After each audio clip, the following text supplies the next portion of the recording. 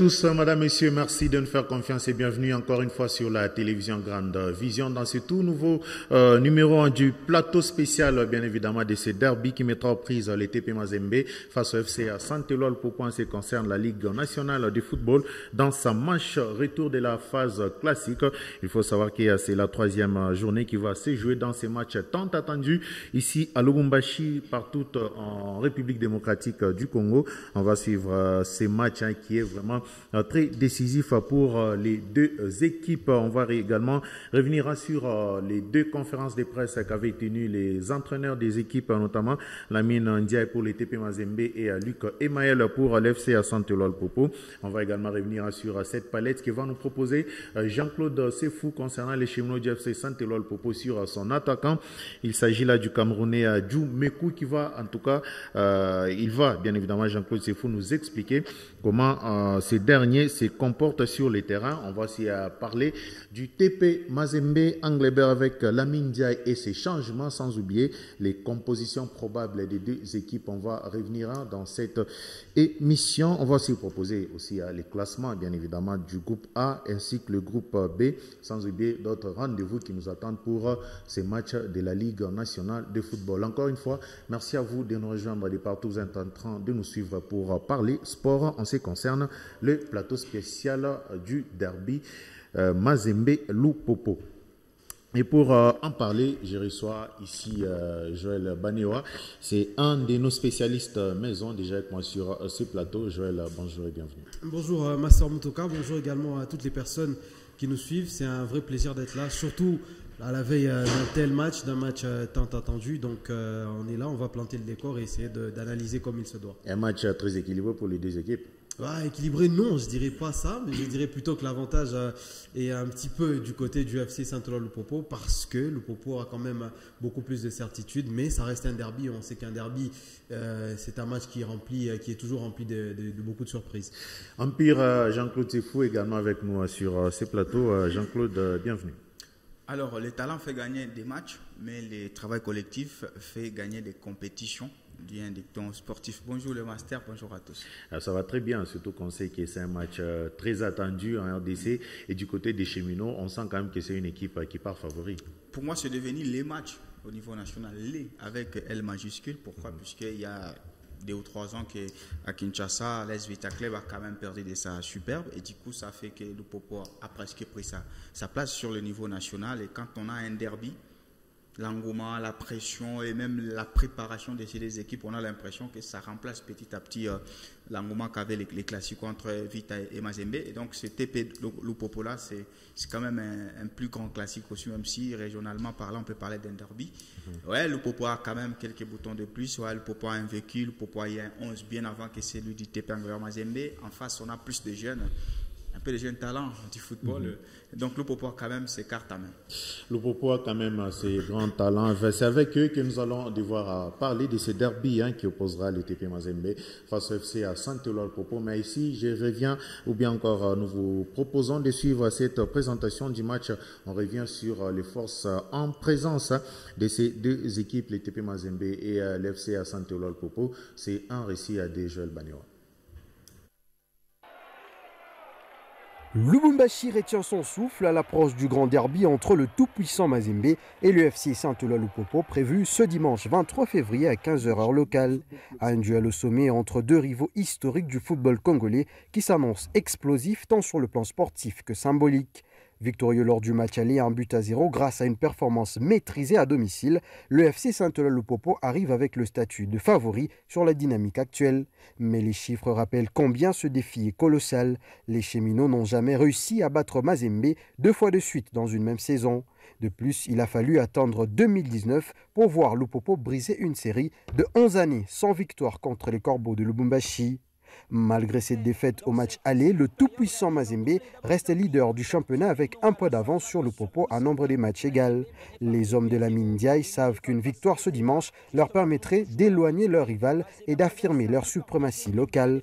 En revanche, un nouveau revers relancerait totalement la course à la première place. Les précédents matchs entre les deux équipes avaient déjà été marqués par des incidents en tribune, notamment l'intrusion des supporters de Mazembe sur la pelouse. Mais à quelques jours de ce nouvel affrontement, la tension est montée d'un cran. Le FC Saint-Eloi-Lupopo a récemment accusé les fanatiques du tout-puissant Mazembe d'avoir entonné des chants à la gloire de l'agresseur de RDC dans sa partie Est lors du match qui les opposait face aux Salésiens de Don Bosco, un club qui est réputé pour être dans le même clan que celui des Corbeaux de Mazembe. Une accusation qui a enflammé les débats et renforcé l'animosité entre les deux camps. Dans ce contexte bouillant où la rivalité sportive se mêle à des tensions extrasportives, ce derby de Lubumbashi dépasse simplement le cadre du football. Si l'enjeu sportif est énorme avec Mazembe qui veut conforter son statut de leader et Lupopo qui rêvait d'un exploit historique, l'atmosphère sera lourde et la gestion de la sécurité sera un élément clé pour éviter le pire. Mazembe pour maintenir l'ordre établi ou Lupopo pour écrire l'histoire. Rendez-vous ce dimanche pour un derby qui s'annonce brûlant sur le terrain comme en dehors. C'était bien évidemment cette présentation du match qui va opposer à l'FC Saint-Eloi-Lupopo au TP Mazembe. Ce match se jouera au stade TP Mazembe. Joël, on a quand même suivi, c'est d'ailleurs votre récit, mais ici, on revient quand même sur ces matchs. On s'attend quand même à un match très équilibré, comme je l'ai dit dès l'entame. Moi, je ne suis pas très d'accord avec ce discours de l'équilibre parce que en face, il y a quand même une équipe qui roule bien. D'où je parle de la dynamique parce que le FC Saint-Eloi-Lupopo, quand il faut parler que du FC Saint-Eloi-Lupopo, c'est une équipe qui est en train de performer malgré les deux revers qu'ils ont subis en championnat. Ça, on sait que ça peut arriver et ça montre même la marge de progression qu'a cette équipe de Luc et Maël. C'est une équipe qui a beaucoup de certitudes, que ce soit dans le 11 des départs, mais même dans les têtes. Vous sentez que c'est une équipe qui avance avec beaucoup d'assurance, beaucoup d'envie et de détermination. En face, on a une équipe du tout-puissant Mazembe Anglebert qui, malgré cette première place au classement, c'est une équipe qui tâtonne énormément. Déjà, même par les 11 de départ, vous verrez que Lamine Ndiaye, c'est un entraîneur qui bricole. On ne sait pas s'il manque des moyens ou des ressources parce qu'il a quand même des joueurs qui sont là avec lui depuis un certain moment. Mais c'est un entraîneur qui manque, il n'arrive pas à installer cette stabilité, faute peut-être des joueurs qui ne montrent pas assez de régularité ou peut-être l'entraîneur lui-même qui est en train de chercher une nouvelle formule. Mais c'est une équipe du tout-puissant Mazembe Anglebert qui tâtonne énormément alors qu'en face, c'est un vrai bloc qui avance avec beaucoup de sérénité. Donc je dirais que pour ce match-là, le FC Saint-Eloi-Lupopo part favori parce que le FC Saint-Eloi-Lupopo est dans une bonne forme et une forme qui va permettre à ce qu'il puisse poser énormément de problèmes au TP. Et Jean-Claude Sefou, vous avez quand même suivi de près ces deux équipes depuis d'ailleurs les débuts de la saison, que ce soit la phase classique aller et les débuts de cette phase retour. On sent quand même que du côté des chemins du FC Saint-Eloi-Lupopo, c'est une équipe qui est très bien préparée, surtout bien affûtée pour cette rencontre. Et puis peut-être aussi pour ajouter notre argumentaire de faire des Lupopo favoris depuis les matchs allés jusqu'à aujourd'hui.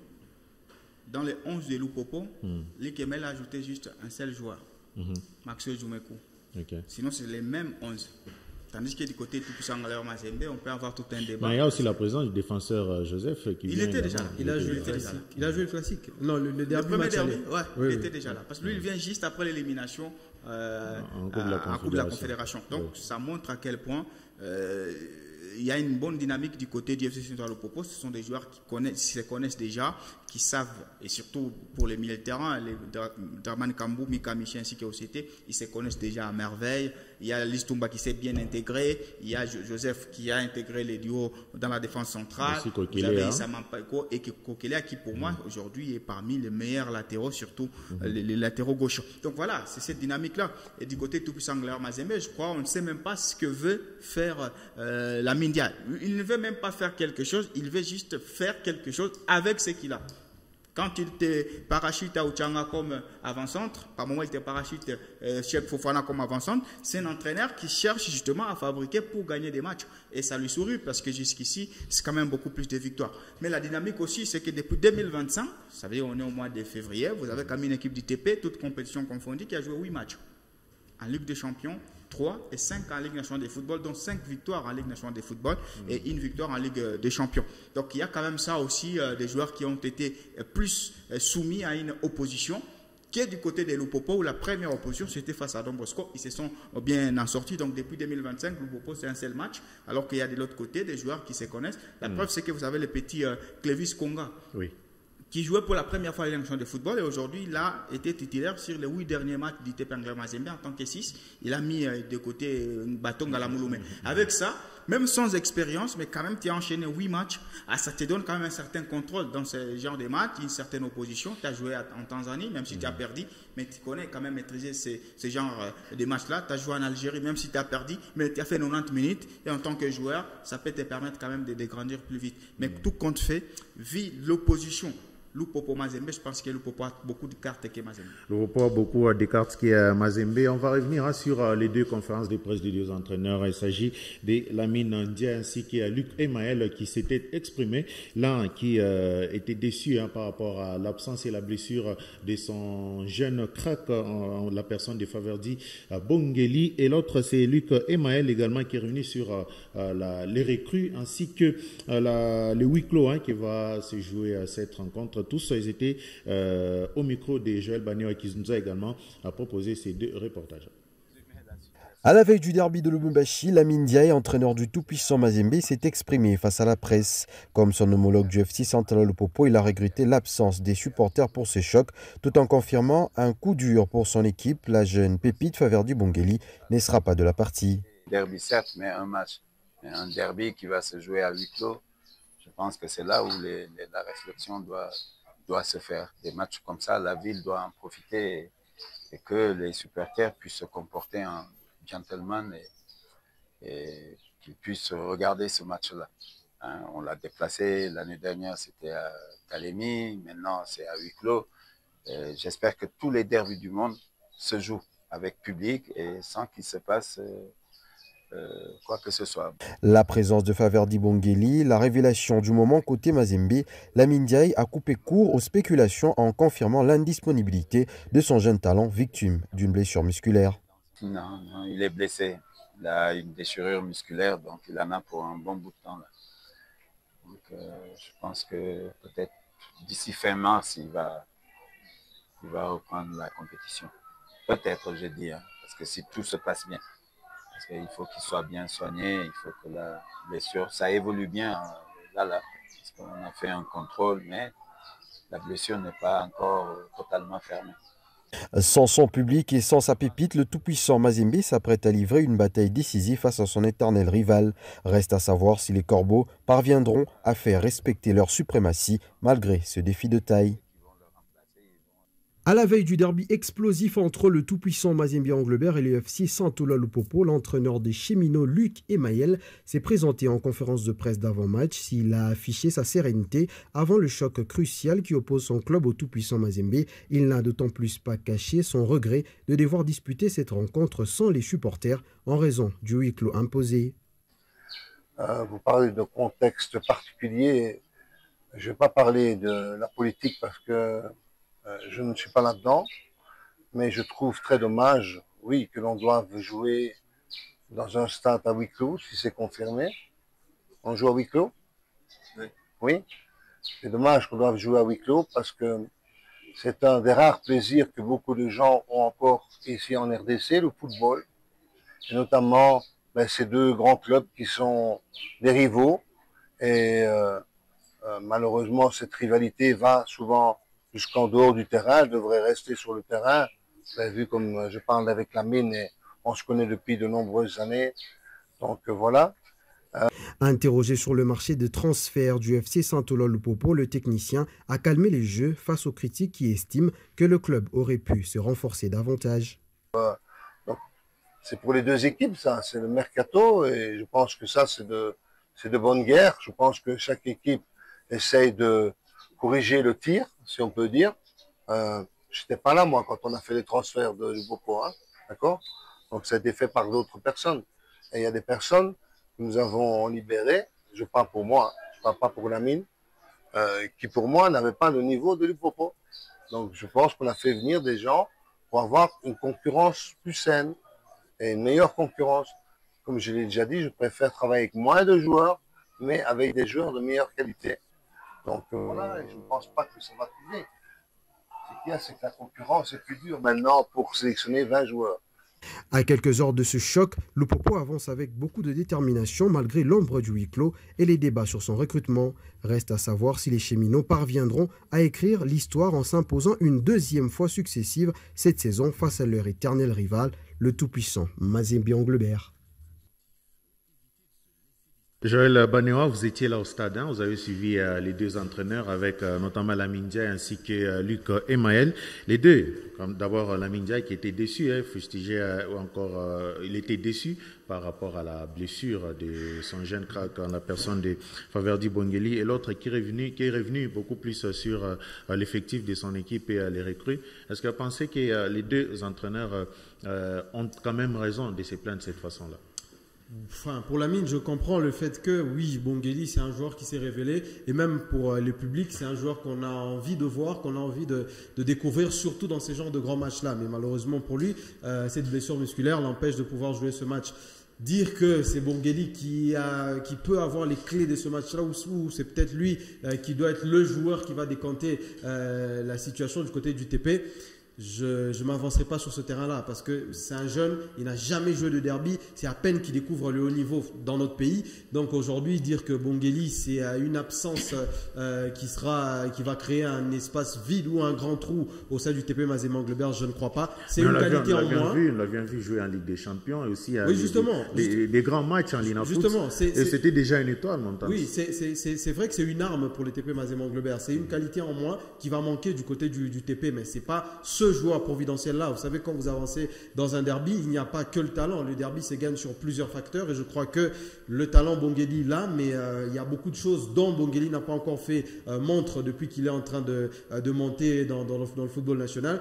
On espérait le voir pour peut-être les juger, savoir comment est-ce qu'il réagit face à des adversaires expérimentés comme Issa Mampeko. Ça aurait été un beau duel. Malheureusement, ça n'a pas été le cas. Je crois que Lamine Ndiaye a quand même des joueurs qui ont déjà joué ce genre de match-là. Kabouit, c'est pas son premier classique, ou encore Moujaya, qui je pense peut être là pour ce match-là. Donc je crois que l'absence de Bongeli, c'est un déficit, mais ça reste quand même un jeune joueur qui ne peut pas tout chambler du côté de Mazembe. Du côté du FC Saint-Ouen Popo, il n'y a pas grand-chose à dire. C'est une équipe qui est prête. On l'a vu, il n'y a pas beaucoup d'embrouilles ou de zones d'ombre au sein de cette équipe-là. Ils sont prêts, ils ont leur 11 de départ. Je crois que c'est un 11 facile à deviner parce qu'il y a la stabilité, parce qu'on sait comment cette équipe fonctionne. L'entraîneur Luc Emaël, c'est un homme depuis son arrivée qui a la totale maîtrise sur son collectif, et même le mercato dont on lui reproche, je ne sais pas d'ailleurs pourquoi, il a fait des choix ciblés et il a recruté des joueurs par rapport aux besoins dont il avait dans son effectif. Donc je crois que c'est un entraîneur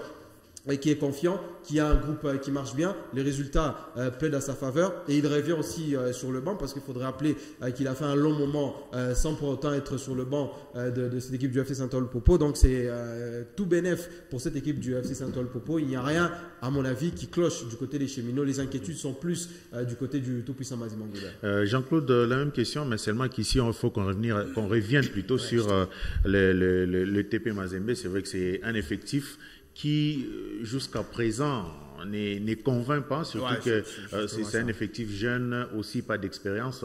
En face, il y a quand même les gens qui ont joué plusieurs fois les derbys. Le problème, c'est qu'aujourd'hui, on n'a pas l'identité de Lamine Ndiaye avec son équipe. La saison dernière, c'était plus facile de deviner. On avait une équipe à obédience défensive. Ça veut dire que c'était une équipe qui peut jouer avec des sentinelles, mais avec les 4 défenseurs. Et ça faisait qu'on savait l'identité.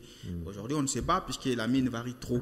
Mais je peux comprendre son inquiétude sur Faverdi Bongeli. Pourquoi? Puisque sur les 3 derniers matchs auxquels la pépite a participé, c'est 2 buts, un penalty provoqué. Et 3 fois il y a homme des matchs. Donc, à partir de ce moment-là, je suppose que pour Lamine Ndiaye, c'est un gamin qui pour lui-même a impacté, mais il a également impacté quand même un collectif, puisqu'il faut rappeler que parmi ces matchs, il y a eu quand même les déplacements difficiles du côté des Kananga et du côté de Kolosi. Les déplacements-là ne sont jamais faciles.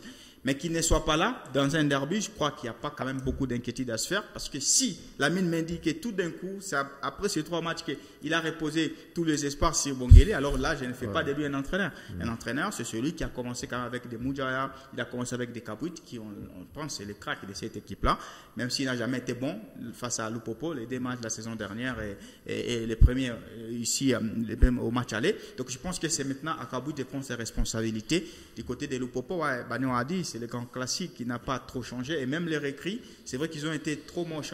Leur entrée face à Don Bosco n'a pas été convaincante, mais je peux comprendre, c'est le premier match officiel, mais il a quand même un 11 qui, rappelez-vous, qui peut tout faire, et même quand il y aura la 60e minute, il peut faire entrer qui, c'est Pato Kabangou, et quand Pato a le ballon, c'est un joueur plus, et même s'il n'a pas les ballons, il y a quand même un milieu qui peut couvrir ces errances-là. Donc pour Lupopo, il n'y a pas trop d'inquiétude. À moins que je me réveille dimanche, on me dit, Djoumekwe souffrant, Lisez souffrant. Là, j'aurais d'inquiétude. Mais s'ils seront là, je pense que c'est quand même un 11 qui sait déjà faire ce qu'il doit faire. Et un derby, maintenant, c'est mentalement que chacun va puiser quelque chose.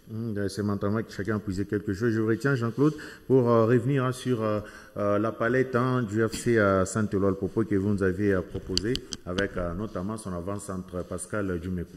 Maxwell, excusez-moi. Maxwell, il a planté beaucoup de buts lors des matchs amicaux et un but en officiel, son premier face à Don Bosco. On va mettre en avant ici son rôle en fait, en tant qu'avant-centre, d'abord dans la soirée de réparation, mais également dans les mouvements du jeu collectif. C'est quelqu'un qui décroche très facilement. La première palette, si on peut la voir d'ici facilement, voilà.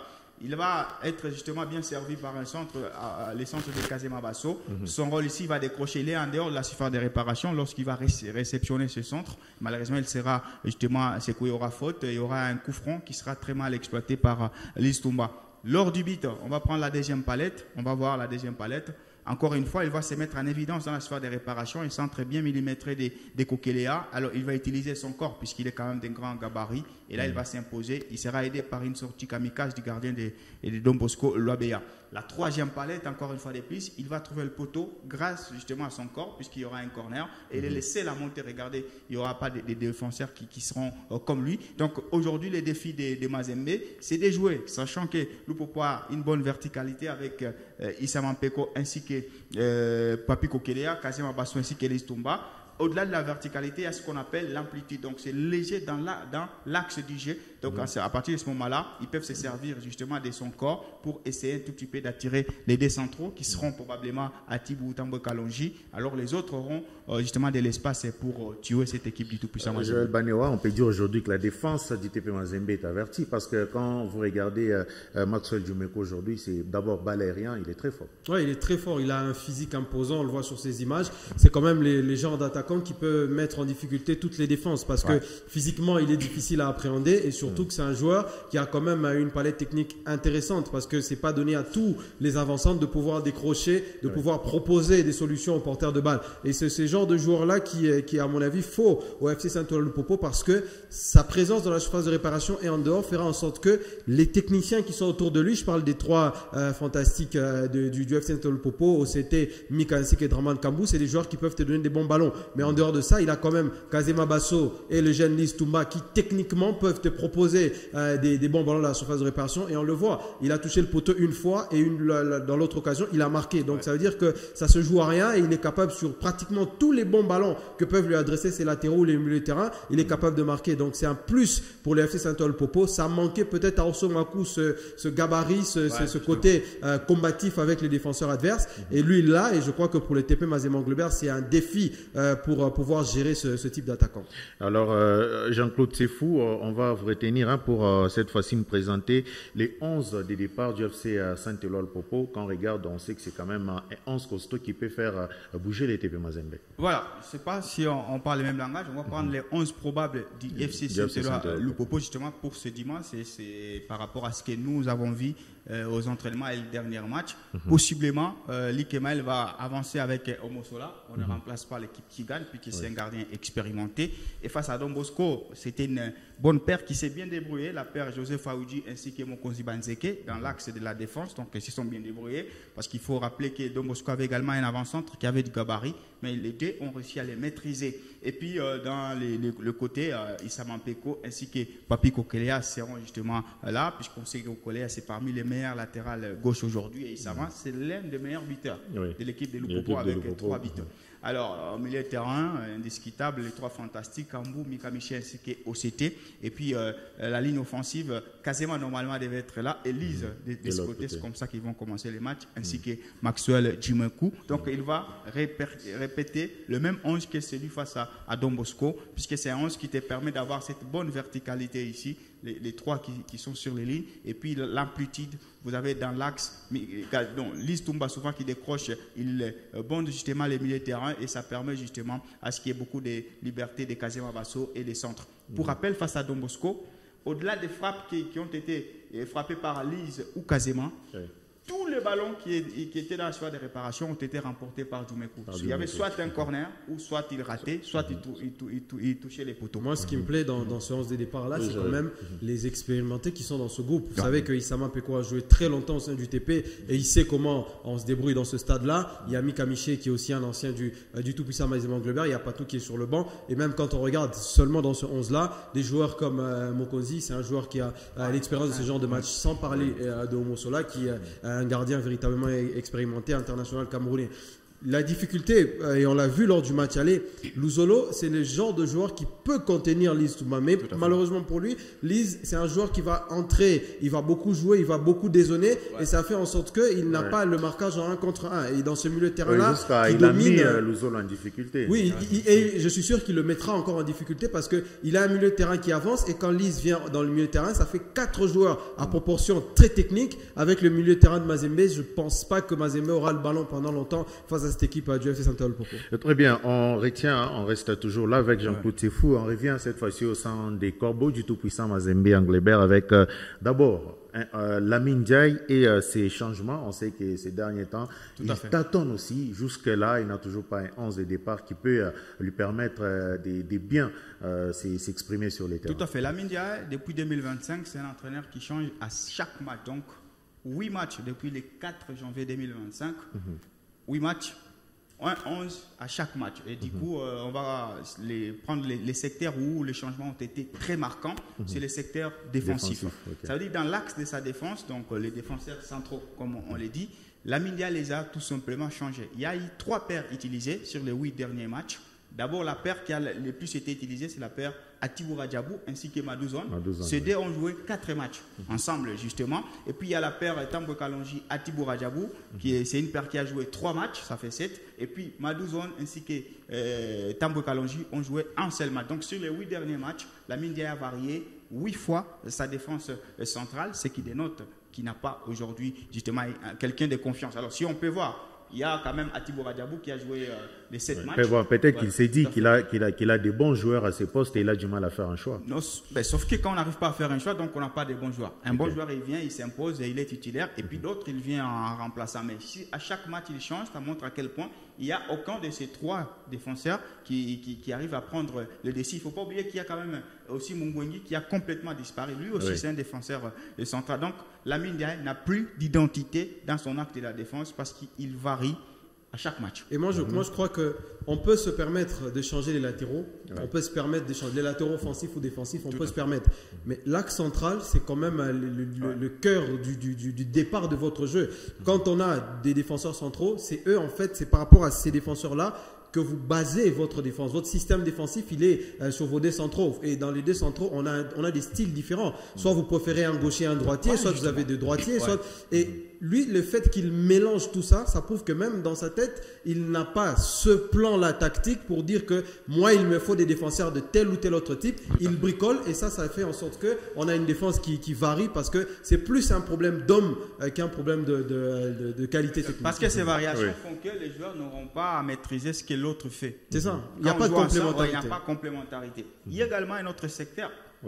Au milieu de terrain où il varie aussi un peu comme il le veut. Il a 6 médiateurs, dont 2 sentinelles et d'autres qui sont beaucoup plus offensifs. Alors là aussi, il a varié 8 fois. Donc les 8 derniers matchs, il n'a jamais eu les miliers, les 3, parce que c'est 3 miliers, un 6, un 10, ainsi qu'un 8 qui joue. Alors le seul qui a joué les 8 derniers matchs, c'est Clévis Konga. C'est le jeune qui est venu de Bellor. C'est pour la première fois. Il a joué 3 matchs en Ligue des Champions et 5 en Ligue nationale de football. Et l'autre qui a beaucoup plus été utilisé aux côtés de Clévis Konga, c'est Jean Diouf, le Sénégalais. Lui que moi, d'ailleurs, je critique beaucoup parce que techniquement, c'est quelqu'un qui n'a rien du football. Et puis, vous avez également Mercé Ngimbi qui a joué aussi 5 matchs.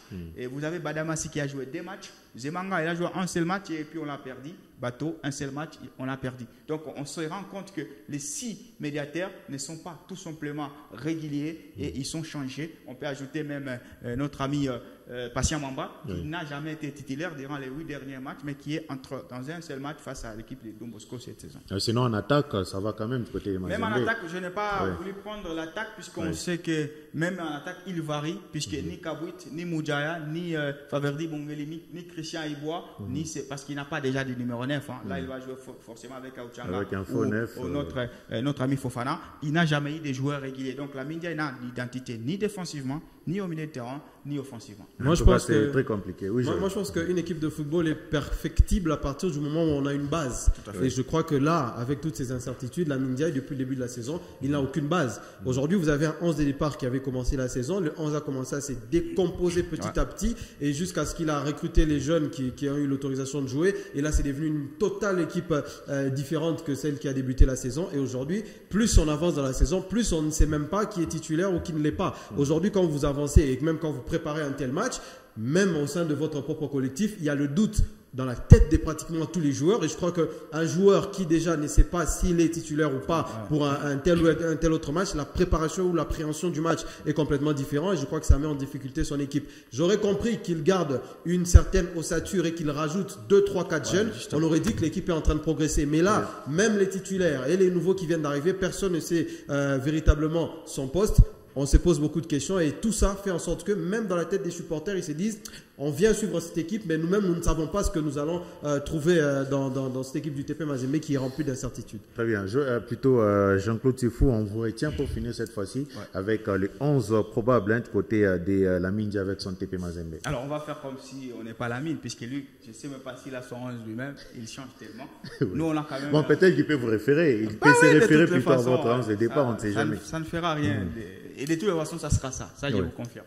Alors, possiblement, avec les meilleurs joueurs. Vous savez qui est le meilleur joueur des Mazembe? C'est Badara. C'est Badara. Ouais. C'est parmi les meilleurs buteurs de l'équipe. Alors, Aliou Badara sera indiscutablement titulaire ce dimanche face à l'équipe de l'IFC Saint-Denis-Lupopo. Dans l'axe de la défense, moi, je pense qu'il va songer à la maturité. Justement, il va avoir Atibou ainsi que Tambwe Kadonji. Et surtout que c'est le duo qui a joué les derniers matchs face à Don Bosco. Luzolo doit être celui-même, pour moi, c'est lui qui devrait être capitaine, même s'il a c'est Tambwe Kalonji, puisqu'il a de l'expérience et c'est le joueur le plus en vie de cette équipe du tout-puissant Gleba Mazembe. Alors, en montant sur le plateau, on nous a annoncé le retour de Keita. Sauf que c'est Ndongala qui a joué les 2 derniers matchs. Donc, en tout technicien, il peut quand même songer à la bonne intégration de Ndongala, surtout que le premier match face à Lombashi Sport, c'est des passes décisives. Donc, je pense que Ndongala pourrait jouer. Vous pensez le voir jouer face à son ancien club, Ndongala? D'accord, encore un autre argument qui peut pousser un entraîneur à mettre ce genre de joueur, puisque c'est une motivation de plus. Alors, ici, il y a une petite erreur. Justement, Konga, lui, doit être là en tant que récupérateur. Badama est là et Ngimbi sera aussi là malgré ses problèmes avec les transferts.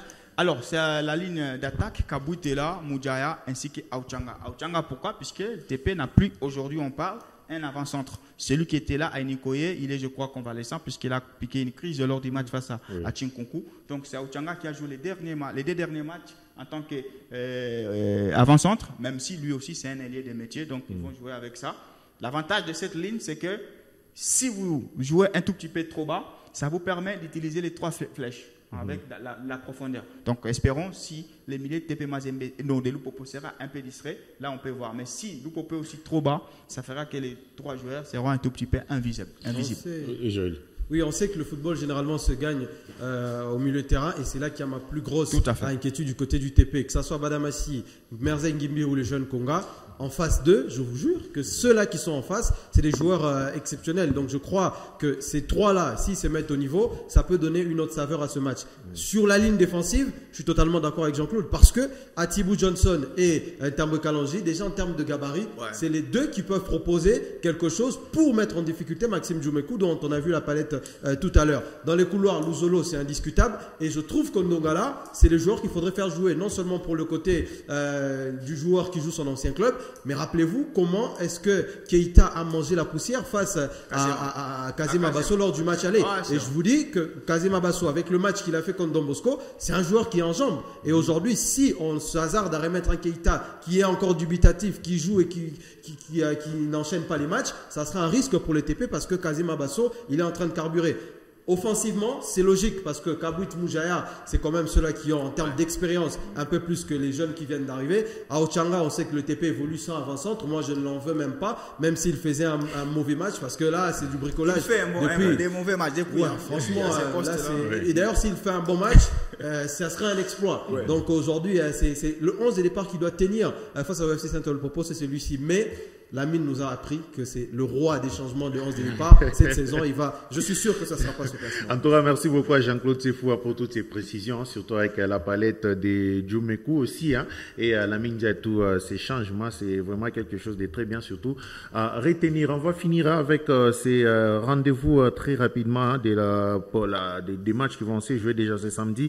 Des matchs vont se jouer ici. L'équipe de Lumbashi Sport va recevoir l'US Panda avec 52 Delikasi à Kolwezi. Blessing sera en face de Sa Majesté Sangabalende. Et puis ce dimanche, il y aura 6 matchs qui vont se jouer. À Kinshasa, l'équipe des GSK jouera contre GSK ou encore les Aigles du Congo jouera contre New Jack. Et puis Maloulé en découdra avec les Salésiens de Don Bosco qui sont déjà à Kananga depuis ce vendredi dans la soirée. Et puis Étoile des Kivu jouera contre Céleste, le TP Mazembe en découdra avec l'FC Saint-Éloi-le-Popo. Dauphin Nord jouera Bukavu Dawa. Et l'équipe de l'ASV Club sera en face des Anges Verts. Et puis le classement du côté du groupe A, c'est le groupe centre-sud, bien évidemment, on retrouve le tout-puissant Mazembe Anglebert avec 34 points à la première position, suivi du FC Saint-Éloi-le-Popo, 30 points. Tanganyika est 3e avec 24 points. Les Sa Majesté Sangabalende occupe la 4e position avec 21 points et 19 points pour l'AS Simba à la 5e position. Et au bas du classement, à la 10e position, on retrouve Lumbashi Sport avec 10 points, 8 points pour Blessing et 4 points seulement pour l'US Panda à la 12e position. Et pour les comptes du classement dans le groupe B, Antoine Magnon à la première position avec 26 points, les Aigles 2e 22 points. 22 points également pour l'ASV Club à la 3e position. L'équipe des Rangers, c'est 4e avec 21 points. Et 19 points pour l'équipe des Dauphins Noirs qui occupe la 5e position. Au bas du classement, on retrouve Bukavu Dawa à la 10e position avec 13 points. 13 points également pour l'Étoile des Kivu à la 11e position. L'équipe des Célestes est 12e avec 12 points et 10 points pour New Jack à la 13e position. Je crois que c'est tout. Jean-Claude Sefou, peut-être un dernier mot pour ces chocs qui nous attendent ce dimanche. Ouais, la grosse déception, je crois, les entraîneurs l'ont exprimé en conférence de presse, c'est le huis clos. Le contexte ne permet pas. Oui, surtout ça. Ça va quand même ôter ce côté un peu bling-bling, mais nous, on aura la chance d'être au stade et voilà, on va relater. Mais ça va quand même jouer. Pour moi, avec un public, Mazembe voulait quand même attirer le Popo dans son stade et peut-être on sait les contextes qu'il y a. Moi, je me pose des questions. Le public du TP, est-ce que même avec l'autorisation, est-ce que ce public-là aurait répondu présent? Parce qu'on sait que depuis un moment, c'est à des abonnés absents. Et on sait que Popo allait venir avec beaucoup de monde. Quand on parle de Popo, c'est un grand match. C'est un grand match. Les derbies allaient tourner dans la tête. On a suivi ça lors du match aller. Lors du match aller, ils étaient là, ils avaient répondu. Ils allaient répondre, sauf que là, ça ôte un peu ses côtés. Mais sur les terrains, j'espère que les 11 seront de part et d'autre professionnels, de faire fi de ce qu'il y a dans le gradin et de nous proposer un beau spectacle. Joël? Oui, je crois que Jean-Claude a quand même touché le point essentiel de ce qui va manquer dans ce match-là, mais je vous assure, et moi je suis persuadé qu'on aura un très très bon spectacle parce que le Popo propose du jeu et le TP Mazembe Anglebert aussi avec les talents individuels qui peuvent se transcender, ça peut donner quelque chose d'intéressant. C'est deux entraîneurs qui ont quand même une grande maîtrise du football et c'est pas leur premier coup d'essai, ils ont l'habitude des grands matchs et je pense qu'on aura quand même quelque chose d'intéressant. La mine est un petit peu limitée, mais il ne faudrait pas quand même l'enterrer pour ce genre de match. Et rappelons ici que le Popo n'a jamais, depuis le début de son histoire, battu Mazembe 2 fois dans une même saison. Joël Banéo, c'était un plaisir. Merci d'avoir répondu présent. Merci à vous, Master Mtoka. Merci à Jean-Claude Sefou. Je fais un petit coucou spécial à une amie d'enfance qui se marie ce week-end, enfin une amie de très très longue date, Tina Taïsa, qui se marie ce week-end, dont je suis très très fier. Donc je crois qu'on sera là pour célébrer ça. Je suis content pour elle. Je suis content pour elle. C'est l'essentiel. Merci également à Jean-Claude Sefou. Tous mes sentiments sportifs à vous et à Joël et à tous ceux qui nous ont suivis, aux fans de Lupopo, aux fans de Mazembe. Merci aussi à toute cette équipe, cette grande équipe technique qui nous a accompagnés. Merci aussi à l'équipe du desk des sports d'Héritage de la télévision pour la la préparation de cette émission. Le lundi prochain, on vous retrouve à la radio. Ça sera à partir de 8h30 sur la 100.7 FM pour Parlantine Sport. Ça sera avec Marc Lemba à la présentation et nous allons revenir sur les débriefs qui concernent bien évidemment ce derby qui va se jouer ce dimanche au stade TP Mazembe de la Kamalondo. Sinon, passez un très bon week-end en compagnie de nos programmes. Au revoir et à très vite.